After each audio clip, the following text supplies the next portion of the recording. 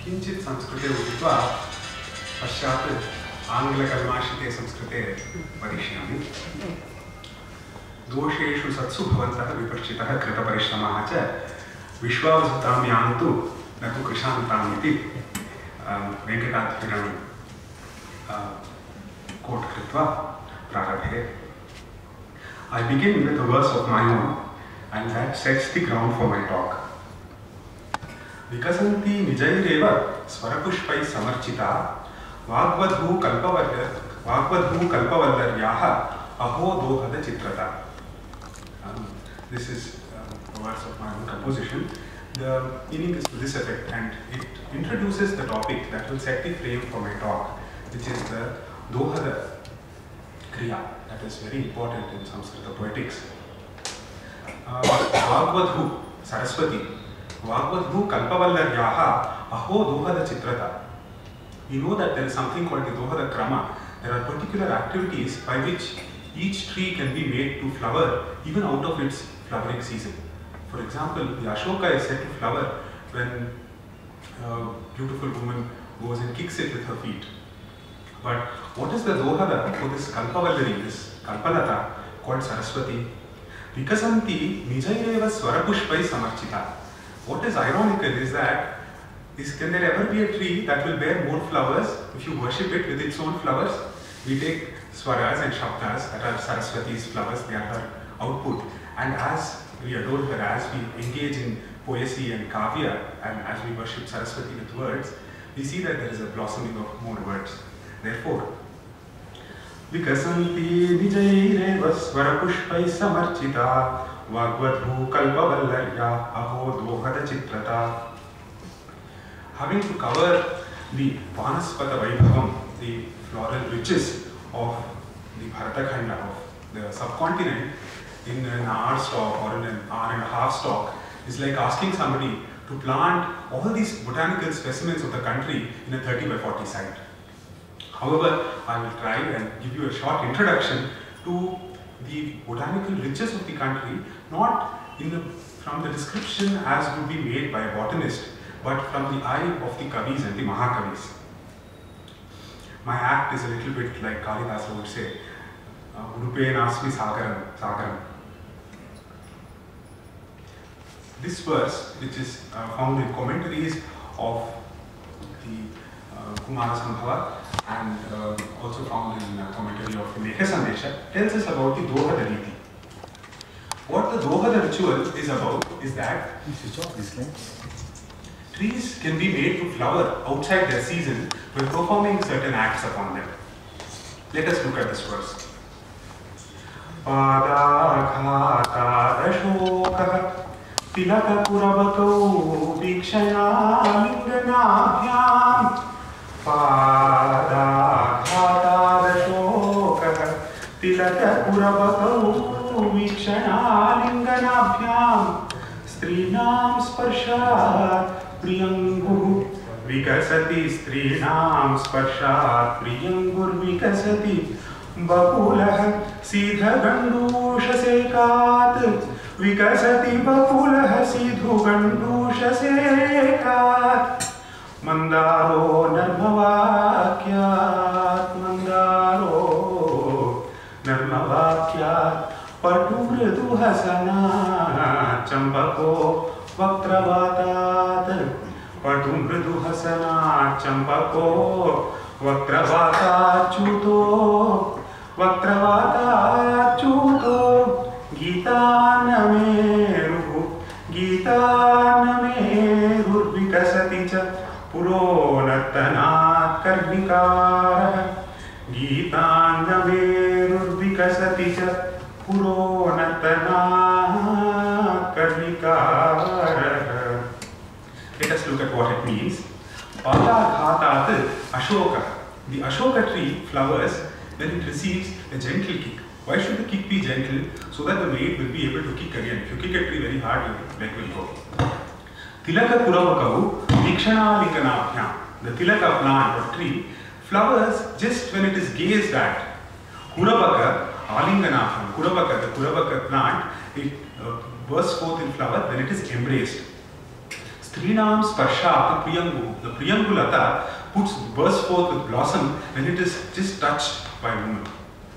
Vikasati bakulaha shidhu gandusha seka. The bakula plant bursts into flower when it is irrigated with fragrant wine, not when poured from a watering can, but when it is spat upon the plant. Mandaro dharmavakya. All that the mandara needs to blossom is that someone speak to it sweetly. Patu mrudu hasanat champako. The champaka will flower if somebody smiles or laughs in front of it. Vaktavatat chuto. The mango plant will bear flower when the breath of a woman falls upon it. Geeta nameru. The nameru plant will bear flower when somebody sings melodiously in front of it. Puro nartanat karnikara. The karnikara plant will bear flower when somebody dances in front of it. If only this talk had happened in the auditorium that SSMRV college used to have 10 years ago, I would have been able to do a small chamatkara. I repeated the line, Vaktravata chuto Geetan namerur vikasati, Geetan namerur vikasati cha Puronartanat karnikara. I would have been able to tell you that I have made a chamatkara because in the old campus of SSMRV that used to be at JP Nagar first phase, just after the entrance there was both a chuta tree, a mango tree and a nameru tree, and the nameru bears a few flowers even in this season. I could have tried and convinced all of you that it flowered because I said Geetan nameru vikasati and I sang it. And having looked at the Dohada Kriya as described as practiced by the Kavis and as described by the Kavya-mimamsakas, let us look at some of the beautiful trees and plants as described in Samskrita Vaibhavam. The first plant that I choose is one that is found all over the subcontinent in various forms. There is the Sita Shoka, there is the Swarna Shoka, there is the Rakta Shoka. The Ashoka could very well be something that is a thread running through the epics and the smaller kavyas and stories. The first verse that I have chosen is a description of Vali. It is from the Valmiki Ramayana, Kishkinda Kanda. Atho Kshitaha Shonitato Yavisravai Atho Kshitaha Shonitato Yavisravai Supushpita Shoka Ivanilodhataha Supushpita Shoka Ivanilodhataha Vichetano Vasavasunu Ahave Vichetano Vasavasunu Ahave Prabhamshitendratvajavat Kshitim Gataha Prabhamshitendratvajavat Kshitim Gataha. This is a description of what happened after Vali fell. Rama shot his arrow from behind the Saptasaras and Atha Ukshitaha Shonita Toya Visravaihi Supushpita Shoka Iva Anilodhataha Vichetano Vasavasunu. Vasavasunu means the son of Indra. It is a name for Vali.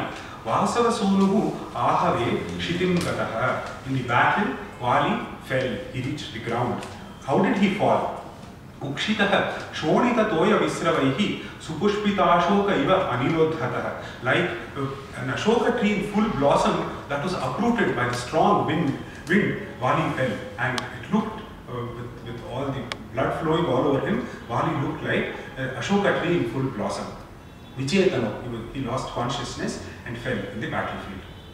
The next verse is a very peremptory verse. We find that Shudraka doesn't seem to have any patience in describing natural beauty and such things. He only wants his story to go on and he wants to describe the social events of his time. So there are very few descriptions of nature, very few botanical references, and they are passed by very peremptorily. So it looks like he's almost reluctant in giving such a verse. Esho Ashoka Vriksho Namanirgata Kusuma Pallavo Bhati Esho Ashoka Vriksho Namanirgata Kusuma Pallavo Bhati Subhata Iva Samara Madhye Khana Lohita Pankajatchikaha. So this Ashoka tree, he is resplendent with his flowers and new sprouts. Subhata Iva Samara Madhye, he looks like a soldier in the middle of the battlefield. Khana Lohita Pankajatchikaha. The soldiers who are engaged in battle are covered with blood, so the Ashoka, which is covered with red flowers, looks like a soldier in battle. And this is almost cliche usage, and it looks like his heart is not in it at all. Some other names of the Ashoka are themselves informative about the features of the tree. One of the names of Ashoka is Kankeli. We don't know what that means. It could be a Prakrit term. Other interesting names of the Ashoka include Kantangri Dohada, Kanta Charana Dohada, which means that a tree which has its Dohada, which flowers upon being touched by the foot of a woman. Another verse. So this painting is interesting. This particular painting is from a collection at the Royal Botanical Gardens at Kew in London. It is called the Jones Collection. The name may be familiar. The botanical name of the Ashoka plant, as we know it today, is Saraka indica or Saraka Ashoka. There used to be an old name, and I will refer to that in a moment. This is a verse from the Kumara Sambhava. It says, this is in the context when Kama is trying to disturb Shiva's penance.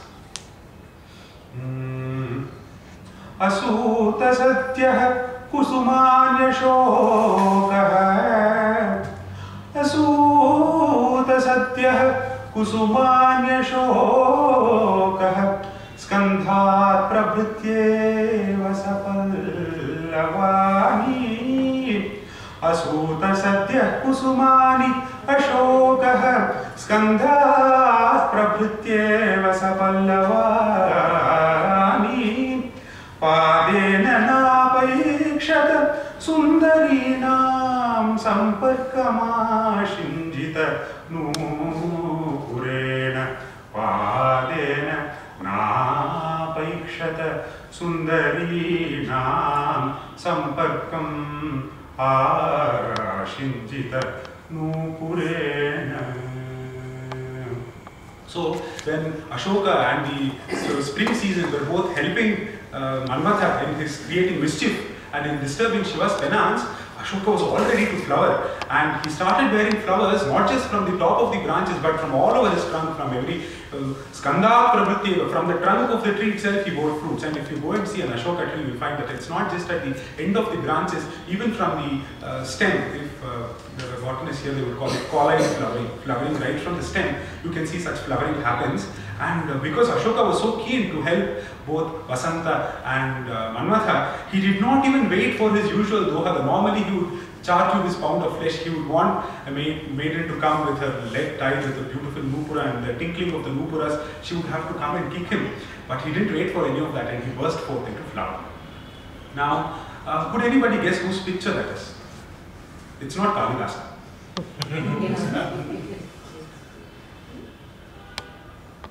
Well, I give you a clue in the talk. So that is the Orientalist William Jones, and I thought it was appropriate that for someone who had great regard for Kalidasa and who also gave this name to the Ashoka tree.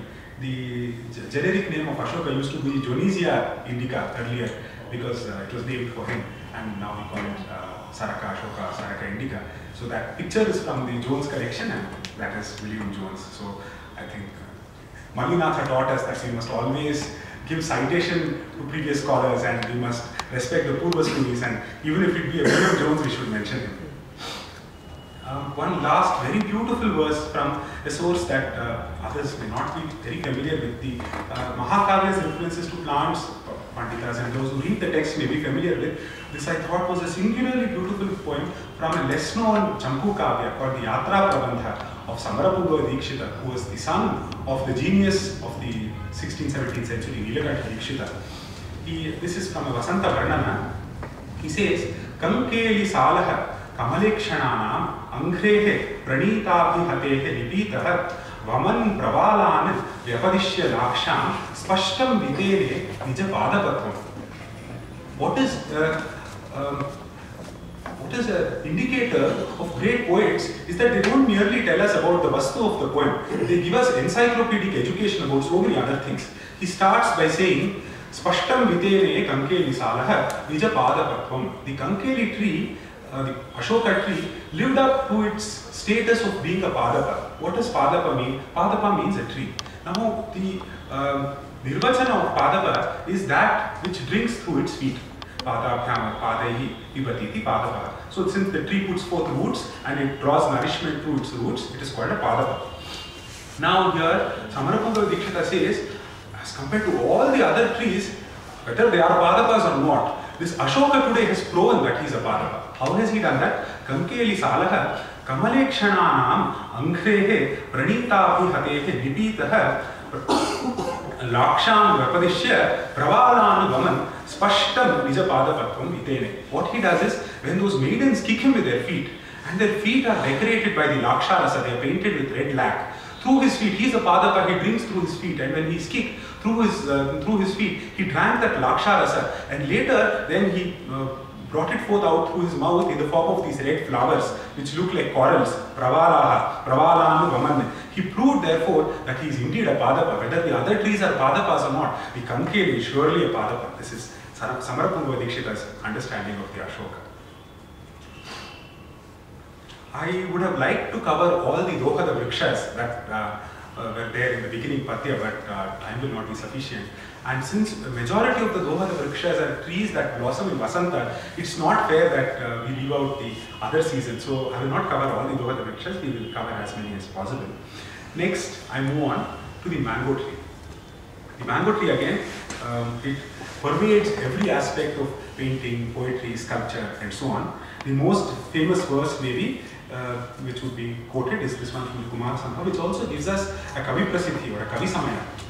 The verse says, Chutam Kuraswada Kashaya Kantha Humsko Kilo Yan Madhuram Chupuja Manasvini Mana Vighada Daksham Tadeva Jatam Vachanam Smarasya.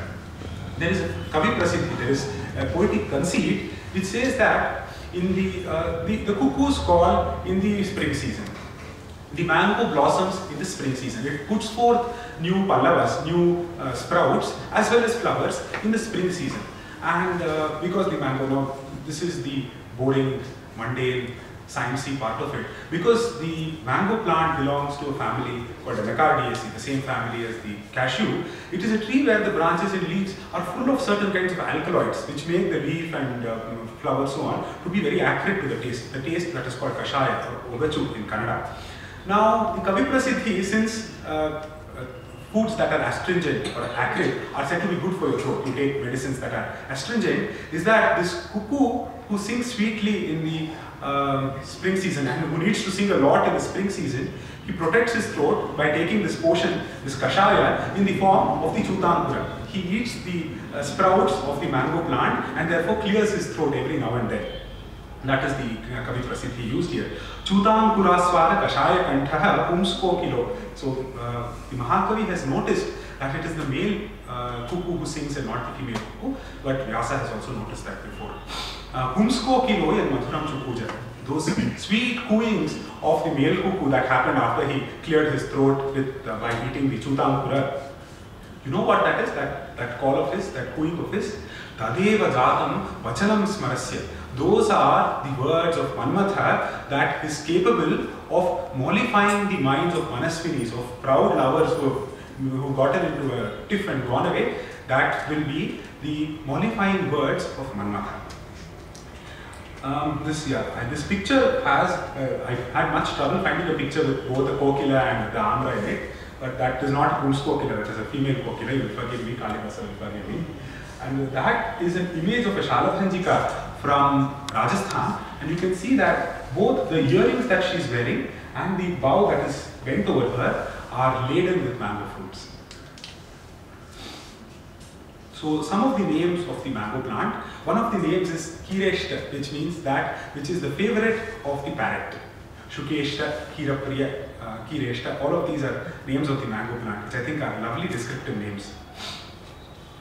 Another beautiful verse. There is no dearth of poems in the Samskrita Kavya canon which mention the mango or refer to the mango or use the mango in one way or the other. However, this one verse is enough to cover everything that can be said about it. This is a recent verse. It is from Jagannatha Pandita. That sculpture again is the Yakshi Ambika from Illora, and you can see that she is sitting in the shade of a mango tree.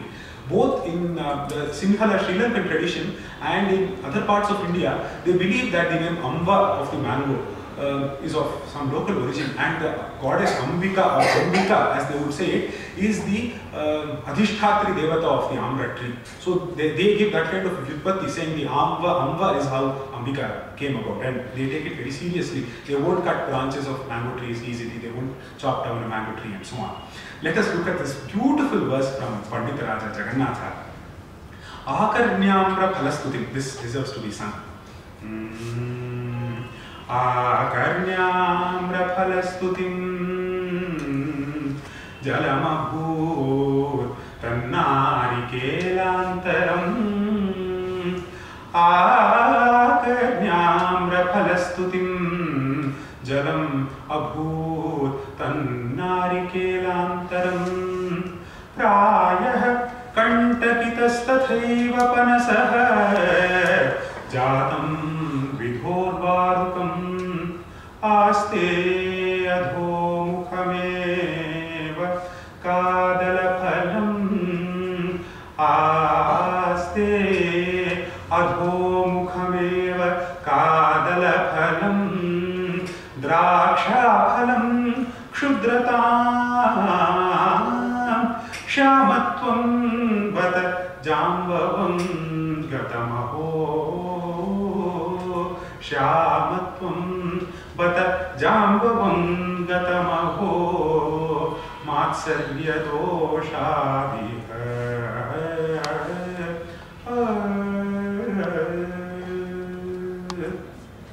This is a poem that actually isn't about the mango at all, but it says everything about the mango.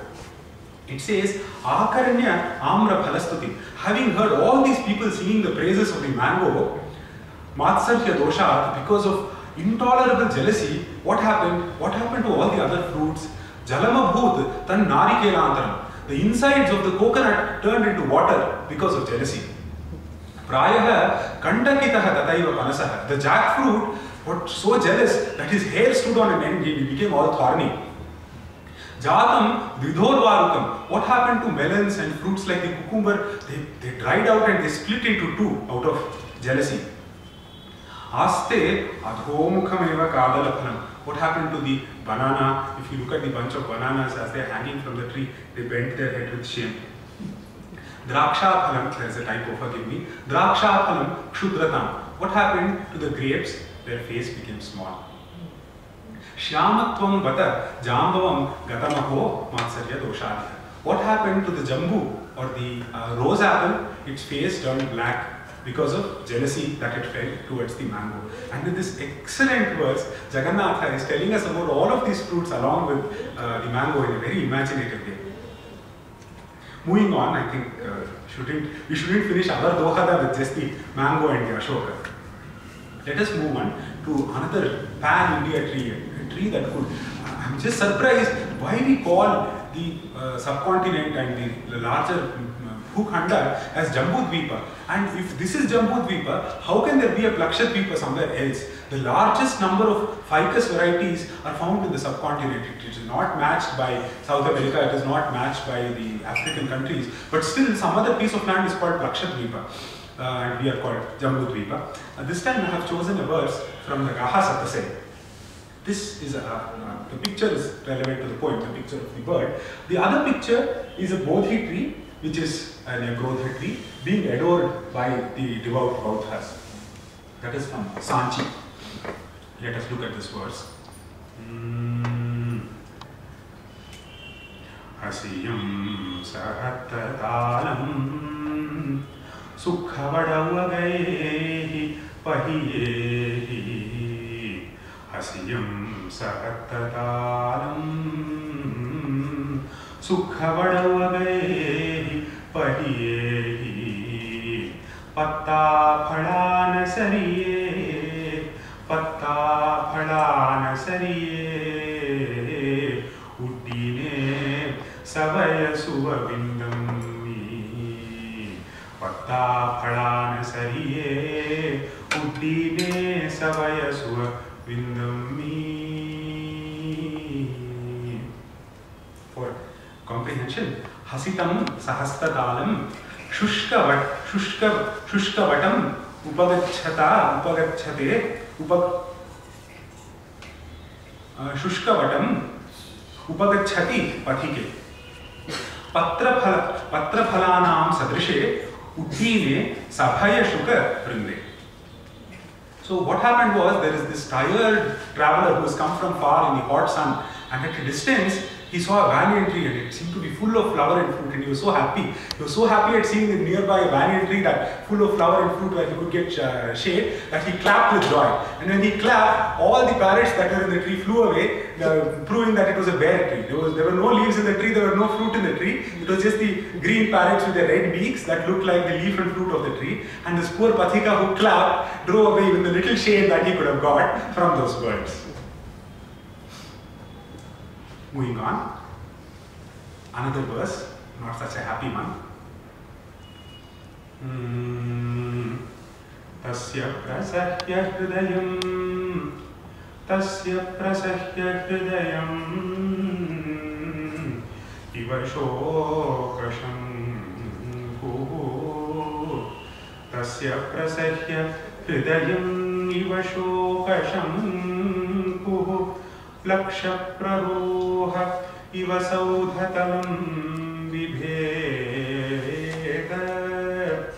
Tasya prasahya hridayam iva shokasham kuhu. Laksha praroha iva saudhatalam vibheda. Pranantahe tumapi tam Bhishajam asadhyam pranantahetumapi tam bhishajam asadhyam labham priyanagamane tvaraya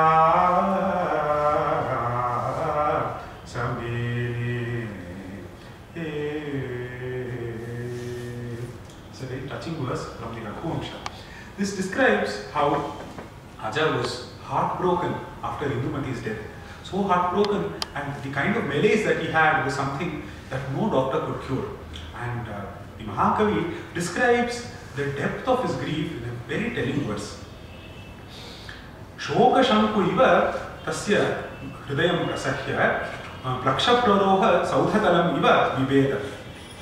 Prananta hetumapitam Bhishajam asadhyam labham priyanagamane tvaraya samene.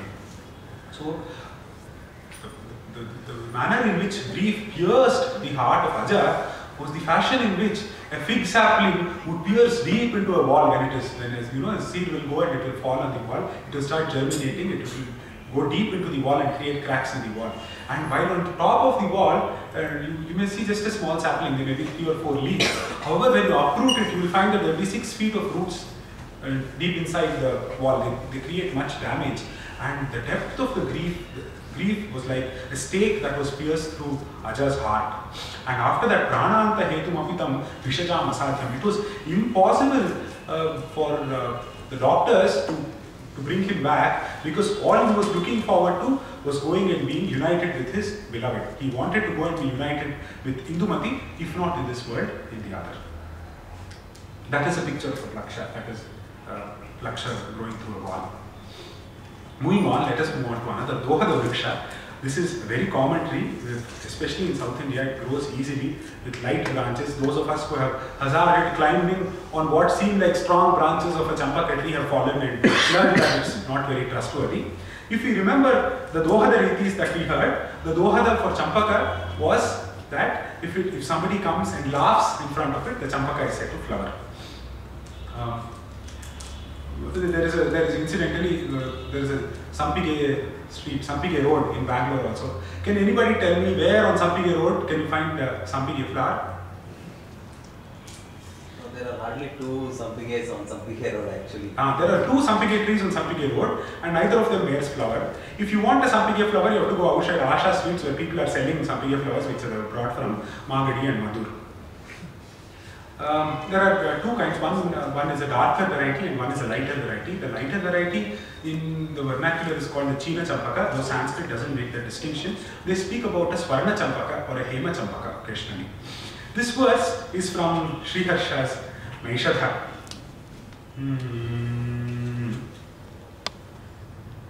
Vichinvanti Pantha Himsanai Vichinvati Pantha Himsanai Apunya Karmani Alika Jalachala Velokayat Champaka Korakavali Velokayat Champaka Korakavali Sashambharare Balidipika.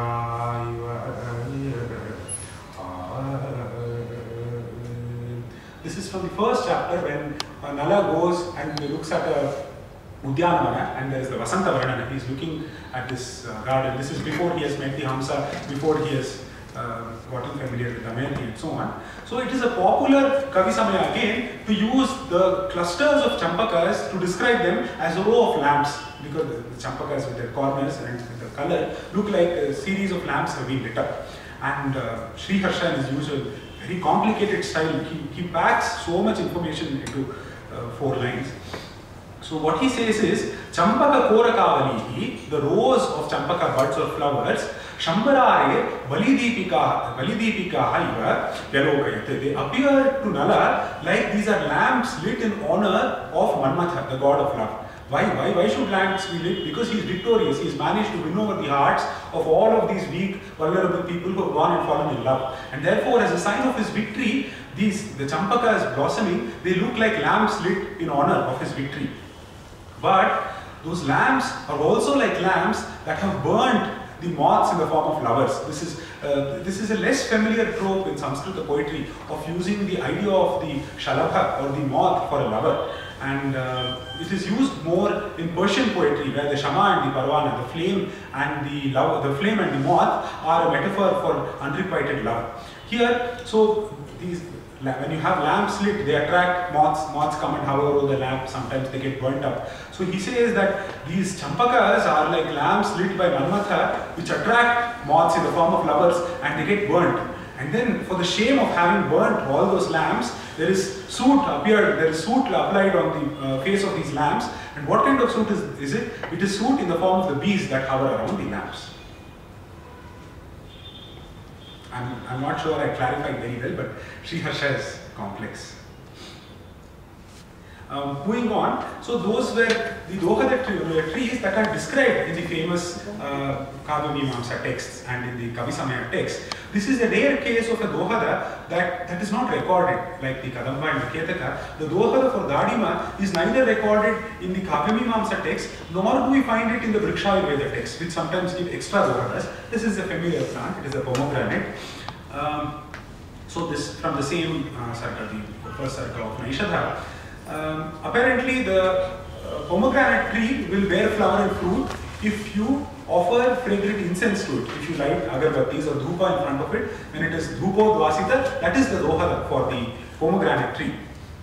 And Nala says that these inverted pomegranate fruit on the tree remind him of the beautiful Damayanti's breasts, and they are turned upside down. It looks like and because dhupa has been offered so that they will flower and so that as some form of manure, they look like pots or pitchers who are hanging upside down from the trees, doing tapas like rishis who do tapas, hanging over fire or hanging over smoke, so that they can attain the form and the loftiness that Damayanti has. Another verse. Again, a complex verse from Sriharsha. Now come to think of it, why did I choose Sriharsha? This verse is describing what a pomegranate that was being bitten by a parrot looks like, and I'm happy that I could find a picture in it. Viyoginim aikshata dadinim asav priyasmritehe spashtam udita kantakam phalastanasthana vidirna ragi kriti vishat shukasya smara kim shukashukam. So it is a complex pen picture that he paints. So what is happening? Nala is looking at the dadima tree with the dadima fruit, with the parrot sitting on the fruit, eating the fruit with its curved red beak. And he says, what this reminds me of It reminds me of a forlorn lover. A forlorn lover whose heart is being eaten into by the flower, by the curved arrow made of a palasha which looks like a parrot's beak, which has been shot by Manmatha. That is the import of this verse. Further, there are other elements of similarity. The dadima tree, the pomegranate tree, has small thorns on it. They are not very sharp, they are fairly long, but it has prickles in it. And the idea is that when Manmatha's arrow shot the girl's heart, she was thrilled at the memory of her lover, and all her hair stood on her neck, so she was also prickly. So there are two elements to complete the metaphorical frame. Moving on. This is an exquisite poem from the Naishadha. This is not of a very familiar tree here in Bangalore, though there are a few specimens. This is called the ironwood, Mesua ferrea, Nagakesara, and it is found in the Western Ghats in plenty. And the verse that he uses is Galat paragam bhramibhangibhihi patat prasakta bhringavali nagakesaram. Galat paragam bhramibhangibhihi patat prasakta bhringavali nagakesaram. Sa mara naracha nikharshana skhalat jvalatkanam shanamiva yalokate. So he's looking at the nagakesara flower with, there are no bees in my picture, I couldn't bring them to the picture. He looks at the Nagakesara flower with its big bright yellow corona of stamens, and then he sees the bees hovering around it. And what does it remind him of? The bees look like the arrows of Manmatha, they look like the messengers of Manmatha, and the Nagakesara flower looks like a grindstone or a whetstone on which you sharpen these arrows. And as the bees are going past it, so when you sharpen an arrow, there are sparks flying around, and the halo of filaments looks like the sparks that flew out from the whetstone. This is a very picturesque description of Sriharsha. So let us move on to another Dohada Vriksha now for a change. The Ketaka is supposed to have its Dohada when in the rainy season. The Ketaka is known in Kannada as the Kedige. It is a screw pine of the Pantanus. The old poets knew a lot about it. Even from fairly long ago, they could make a distinction between the male Ketaka and the female Ketaka plant. They knew that it is the male Ketaka that bears the bigger flower, the more prominent flower, the fragrant flower. This verse is from the Shishupala Vatha at the Raivataka mountain, in the 6th Sarga. When Krishna, along with his retinue, comes to the Raivataka mountain, all the 6 Ritus are so excited that they all come turn by turn and they want to please him. And so there is a description of how there was the Avirbhava of all 6 seasons, one after the other, at the Raivataka mountain. From there I have chosen this verse on the Ketaka plant. Viradadantavalakshamalakshata spurita bhringamrigachaviketakam Viradadantavalakshamalaksham alakshata spurita bhringamrigachaviketakam Ghana ghanauga vikhattanaya divaha Ghana ghanauga vikhattanaya divaha Krishashikham shashikhandamivachyutam Krishashikham shashikhandamivachyutam. So here we see a cluster of the Ketaka flowers, but when it is used for worship and when it is used generally as a fragrant material, you take it apart. And each petal of the Ketaka looks like a crescent moon. And it is this image that Magha has employed here. He says that the petals of the Kevada or the Ketaka look like bits of crescent moon that have fallen from the sky. Why did they fall? Because of this.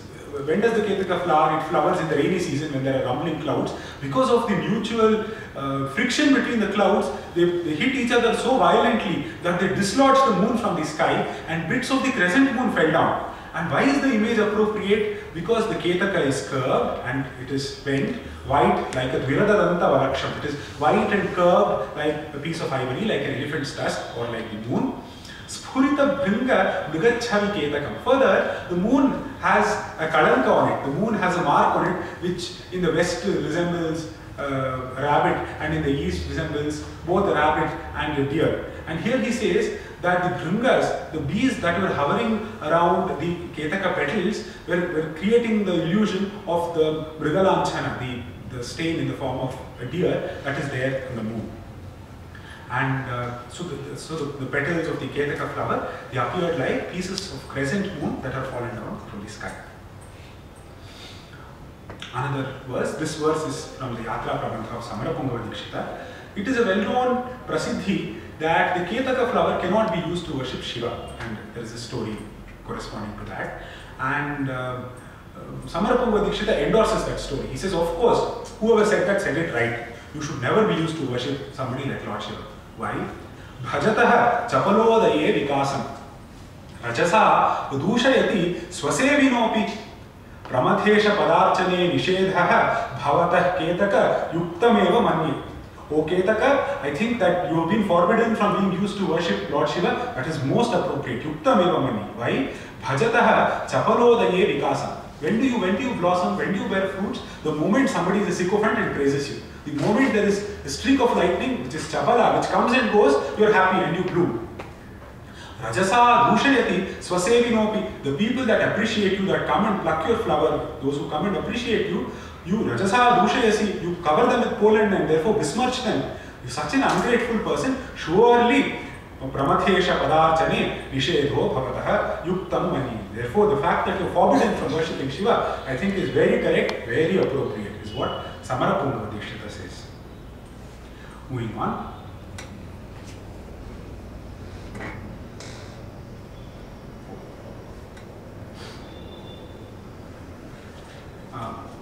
I think I've finished all the verses that I had. There are many more, both Dohada Vrikshas and other Vrikshas.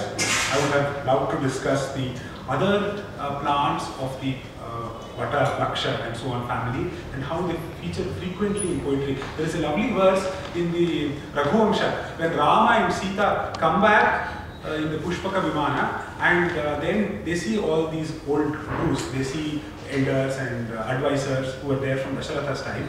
And Rama, first he greets them with a smile, then he greets them with a soft word saying, how are you fine? And then he goes and embraces them or something. And why he very tentatively went step by step greeting those people is because of the passage of age, they had grown old and they had beards like the Plaksha tree and he couldn't recognize any of them. So there is a Plaksha reference in that lighter sense used by the Mahakavi.